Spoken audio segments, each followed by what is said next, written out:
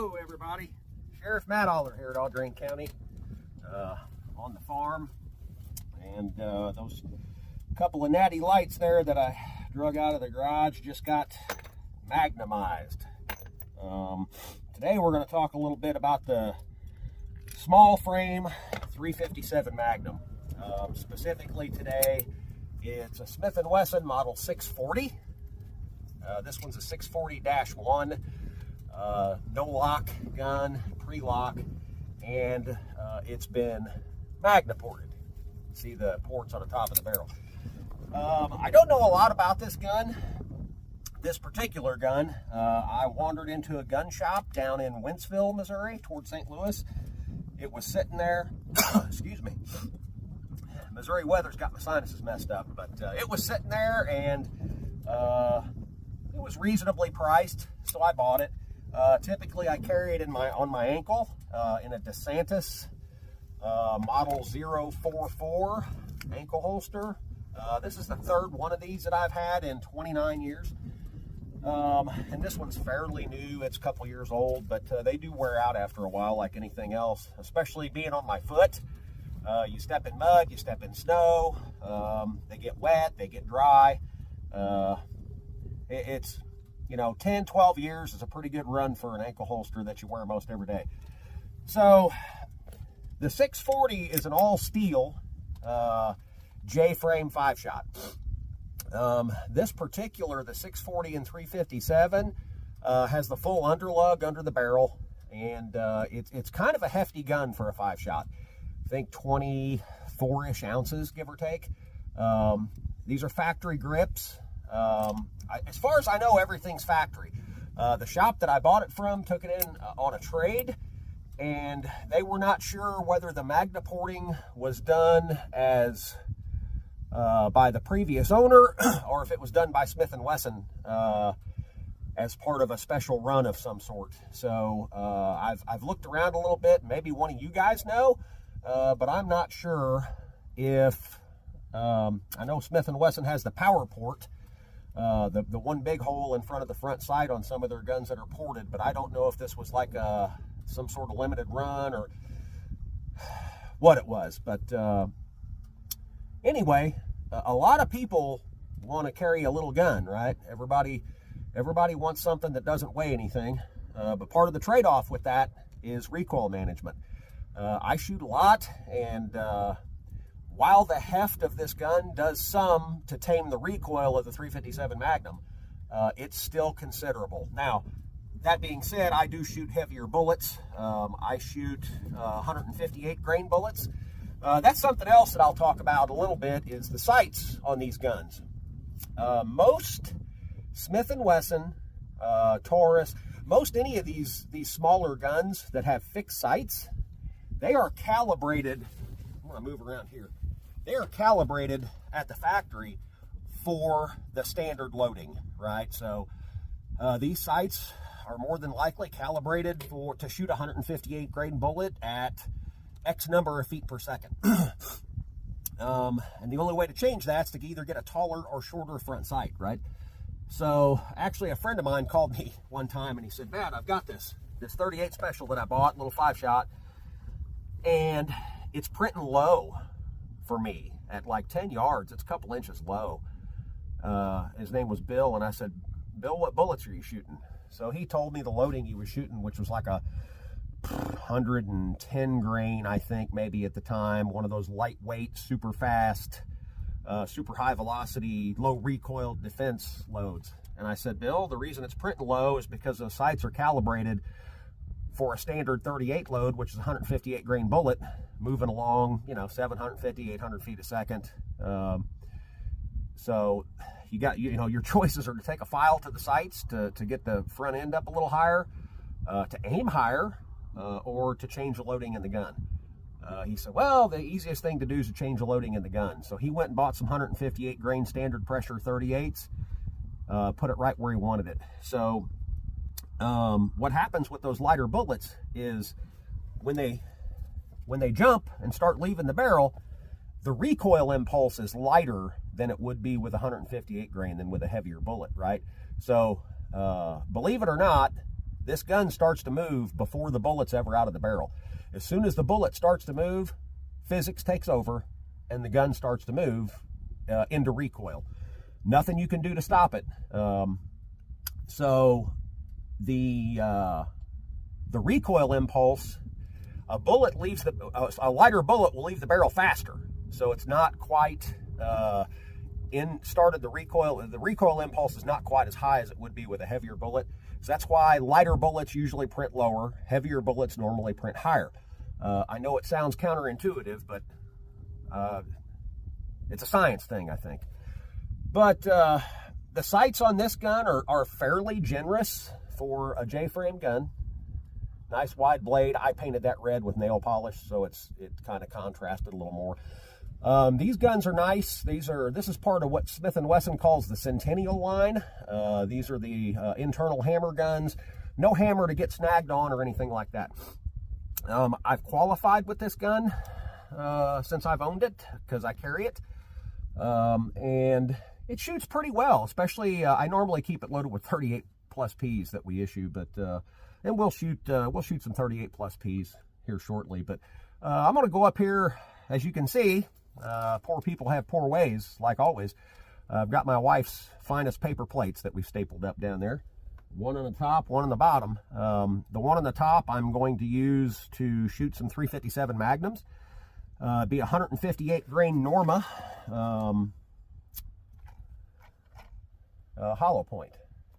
According to Norma, these are running 1296 out of a 6-inch barrel. So my suspicion, out of this 2.5 inch, I'm probably losing, I don't know, a couple hundred feet a second maybe. So they're probably, they're probably running 1,000, maybe 1,100. So we'll start out cranking off 5 of these, and I'll try to angle the camera to where you guys can kind of see the recoil impulse, because it's pretty solid recoil. These little guns with Magnum loads in them, especially heavy Magnums like 158 grain stuff, they're no joke.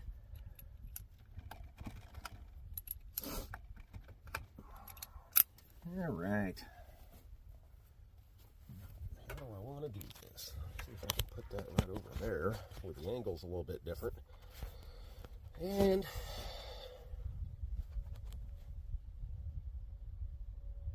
go stand over yonder.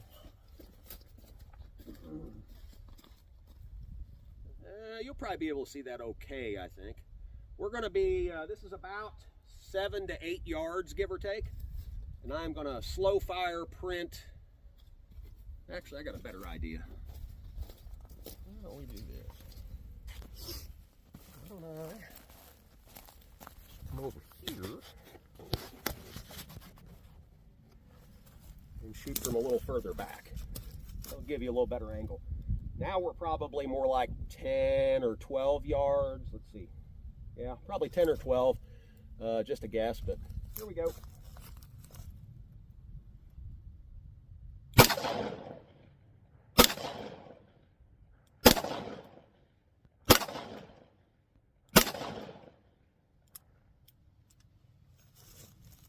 So you can see those are pretty stout. I threw 2 of them, threw them to the left and low, which that's me flinching, trying to get ready. It's not anything that you'd want to do a lot of. I can tell you, it's actually, I have another flavor of 357 Magnum that I forgot I had. I've also got some of this Federal 357 Magnum, 158 grain. And these are typically, I have found these to be very, very hard recoiling rounds. So let me run a cylinder full of these through.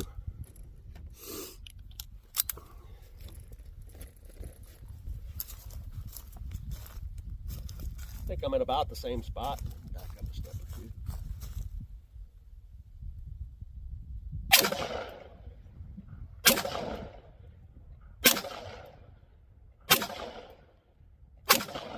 Oof, golly. Those are tough. Those are way tougher than those Normas. You know, it's It's one of the reasons why, you know, I bought this simply to have versatility of being able to have 357 Magnum or 38 Special in a gun. But you certainly would not want to take this to the range and have a 50 or 100 round day of practicing with 357 Magnum ammunition.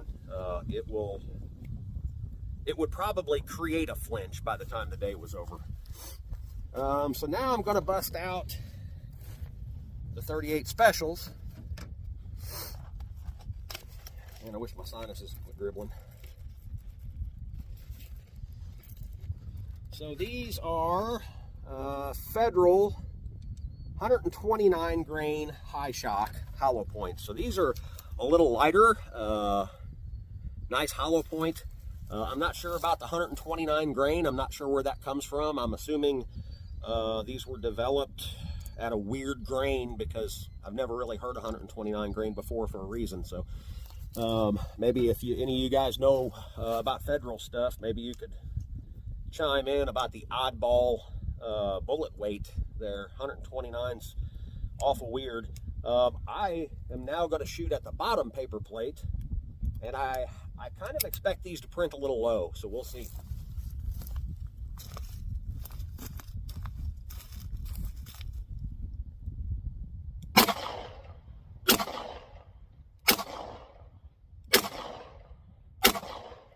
Wow, yeah, they printed way low, super low actually. Let me shoot 5 more. Very pleasant to shoot out of this hefty gun. Super pleasant. You could probably hear the difference in the shots, and you could probably see the difference in the jump on the gun. But I'm going to put 5 more through, and then we'll talk about where they hit, because and we'll talk about they'll give you a good idea about the sight calibration that I was talking about. I'm sure this gun's probably calibrated for 158 grain bullet moving at, well, those Magnums. They were all pretty much hitting the center, other than the ones that I flinched and pulled down. These, every shot felt like it broke good, and they're printing probably at 10 yards. They're probably, we're looking at 3 or 4 inches low. So I'm going to shoot 5 more, and we'll see.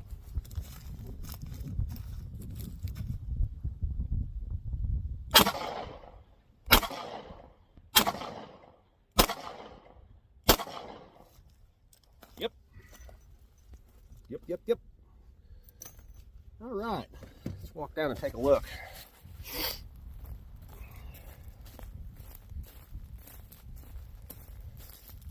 So here's the 158 grain 357 Magnums. You can see those are fairly in the middle. I knew I pulled that one. I felt myself flinch when I did it.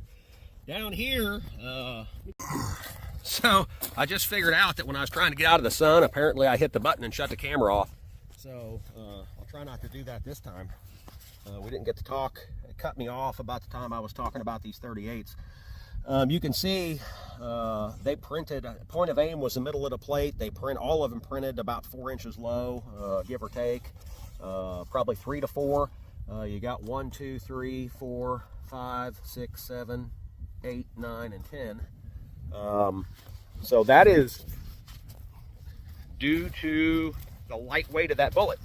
Like we talked about before, that gun is calibrated for, I'm sure, from Smith & Wesson, is calibrated for the standard 357 Magnum loading, which is, God, that sun is terrible, which is 158 grain bullet, cutting along probably 1,000 feet a second, give or take. So you can see, or you could see, I guess, that most of the 357s were up in the middle of the plate, and those lighter 38s were down below.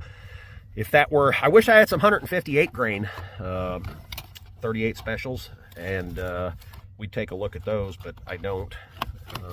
I actually looked for some and couldn't find any. Standard loading 38 Specials are usually not something that I have laying around, because gosh darn, I don't do a whole lot of target shooting.